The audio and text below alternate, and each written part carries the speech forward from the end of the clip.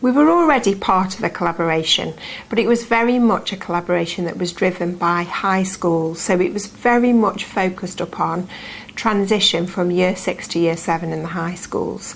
So we'd worked together for quite a while, and then the local authority wanted us to become more of a structured collaboration, if you like. And during that time, other schools sort of fell away. And the opportunity that presented us with was we could decide who we wanted to work with. So from that collaboration, we brought together the heads from, it's actually 6 schools, of like-minded heads that had professional respect and had very much the same moral purpose for the children in our schools. Because of the way our MAT is structured, all the schools are, and we've always had at the heart of it the equality of the schools. So there's no lead school, we don't have executive head teachers, that's not part of it. So part of securing that collaboration was to ensure that all schools had a voice, but there was also, as well as the support, the challenge there for each other to ensure that all schools were moving forward. So one of the key things in that has been getting the right systems and structures in place. So we've looked very carefully at governance structures, making sure that all schools had an equal voice, and that kind of fed into, obviously, the members board as well. So that was really crucial to make sure that was happening. And also looking at schemes of delegation. So I suppose the first thing was systems and structures to make sure that equality was in place and that we were all able as heads to input and as chairs of governance for our own communities that we serve.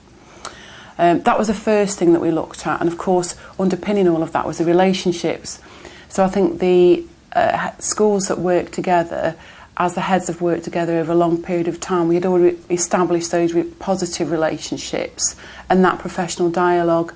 We knew each other, we knew each other's schools, so we were able to kind of move that on to the next level. I think the thing that we've learned over that journey and are learning all the time is because we have that trust with each other and that honesty and professional dialogue, we are able to support each other but also challenge each other, and we have really kind of good professional learning conversations, and that's now developing across the trust with other leaders, so that's great. We've been working together for quite a while, perhaps not in such a formal structure as this, but as a group of schools that were close together with a common desire to work together and to learn from each other.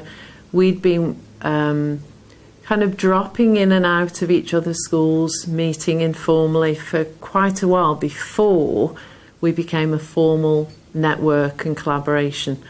And that came on the back really of work that had been going on behind the scenes over a period of time, with a serious drive to want to improve not just our own school but education and learning for every pupil in Stoke-on-Trent, not just for our own school. So that was the reasoning behind it really, initially.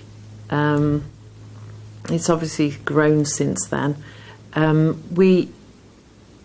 I think we're a little bit fed up with the political climate as well that set schools in competition with one another and made you feel that if you weren't getting the SATS results or the outcomes, the data outcomes that were expected of you, you were seen as a failing school or a failing head. And I think we wanted to collaborate, to improve, to learn from one another and to grow together. But we've since realised that there's a bit of a competitive edge in there as well, but it's a good competitive edge. It's not a negative, destructive competition. It's quite, well, we think it's not quite healthy, it's really healthy. So there's a good mix of types of school in our group with different outcomes, different contexts. And I think we're at a place now where we really appreciate the similarities, but the differences as well. It seemed to be a collision of circumstances as well. The LA commissioned Worcester University to do work with different cohorts within the city. We were also looking at becoming an official, strengthening our links really through an official trust. So we talked to the cooperative, and we became the cooperative trust under the title of Stoke Special School Learning Trust. In addition to that, we were doing some work with CMBT, which is doing peer-to-peer work. So a group of the leadership team from the other schools would come in and do specific review, support and challenge work in each of our schools. So we seem to have an awful lot of things going on at the same time, and working with Worcester University actually gave us time to step out, reflect on our journey and think about the next step. 4 special schools in Stoke-on-Trent have worked together very closely for 10 years. We meet with the local authority quite regularly, and we'd always meet together first and have a bacon sandwiches about 8 o'clock in the morning, and this has been going on for a long time. So we had a friendship born out of necessity, really, that came together, and when the idea of forming a trust came along, it seemed the natural thing to do and a very easy thing to do, certainly for the leaders, because they'd been working together for so long.